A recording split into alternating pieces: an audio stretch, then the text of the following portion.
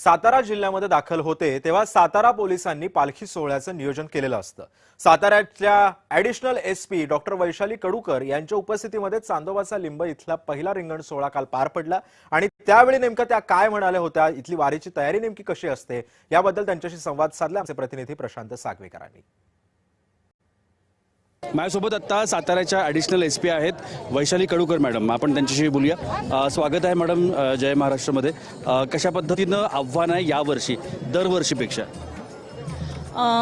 यावर्षी निश्चितच भाविक गेल्या वर्षीपेक्षा जास्त संकेत आहेत, जे प्रत्येक वर्षी वाढत राहतात। तर यावेळेला असं वाटलं होतं की पाऊस नाही, अजून पेरण्या झालेल्या नाही आहे, त्यामुळे माऊली ह्या कमी प्रमाणात येतात का, पण तसं काही झालेलं नाही आहे। उलट जास्त प्रमाणात या ठिकाणी भाविक हे विठू माऊलीच्या दर्शनासाठी या सोहळ्यात समाविष्ट झालेले आहेत।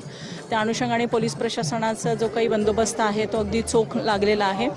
ही जी पावलं पंढरीच्या दिशेने विठुरायाच्या दिशेने चाललेली आहे ती न अडकळता न थांबता मार्गस्थ व्हावीत हाच प्रयत्न पोलीस प्रशासनाचा आहे, ज्याच्यासाठी आम्ही रात्रंदिवस या ठिकाणी सेवा देतात। मॅम, एक दुर्दैवी अपघात या संपूर्ण वारी सोहळ्यामध्ये आपण बघितला, त्यानंतर वेगळ्या काही योजना कराव्या लागल्या का, वेगळ्या काही आव्हान लोकांना करावं लागलं का, वेगळं काही करावं लागलं? निश्चितच तो खूप दुर्दैवी अपघात होता, पण एका चुकीतून माणूस हा शिकत असतो। तर त्याच्या पुढचे जे काही बंदोबस्त आहेत ते पालखीच्या पुढे किंवा जी पालखीची वाहनं अगोदर निघतात, काही लोक असतात जे पालखीसोबतच्या दिंड्या व्यतिरिक्त काही दिंड्या असतात ते पुढे चालत असतात। तर त्यांच्या पुढे देखील आपण एक 20 टू व्हीलरचे पेट्रोलिंग ठेवलेलं आहे, ज्याच्यावर आपले कमांडो असतात आणि त्या 20 टू व्हीलरद्वारे आपण ते पेट्रोलिंग रोडवर करतोय, जेणेकरून असे कुठल्या दुर्घटना घडू नयेत या अनुषंगाने।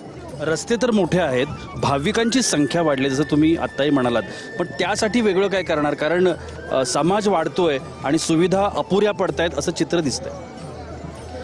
समाजही वाढतोय, सुविधाही दिवसेंदिवस चांगल्या उत्तम प्रतीच्या देत आहे प्रशासन, पण लोकांच्या भावनेला किंवा विठू माऊलीच्या हाकेला जो प्रतिसाद असतो तो आपण रोखू शकत नाही। मग ते इन्फ्रास्ट्रक्चरल कन्स्ट्रेंट कितीही असोत, ते माऊली ना काही फरक पडत नाही। किती त्रास झाला तरी ती पावलं चालतच राहतात पंढरीच्या दिशेने।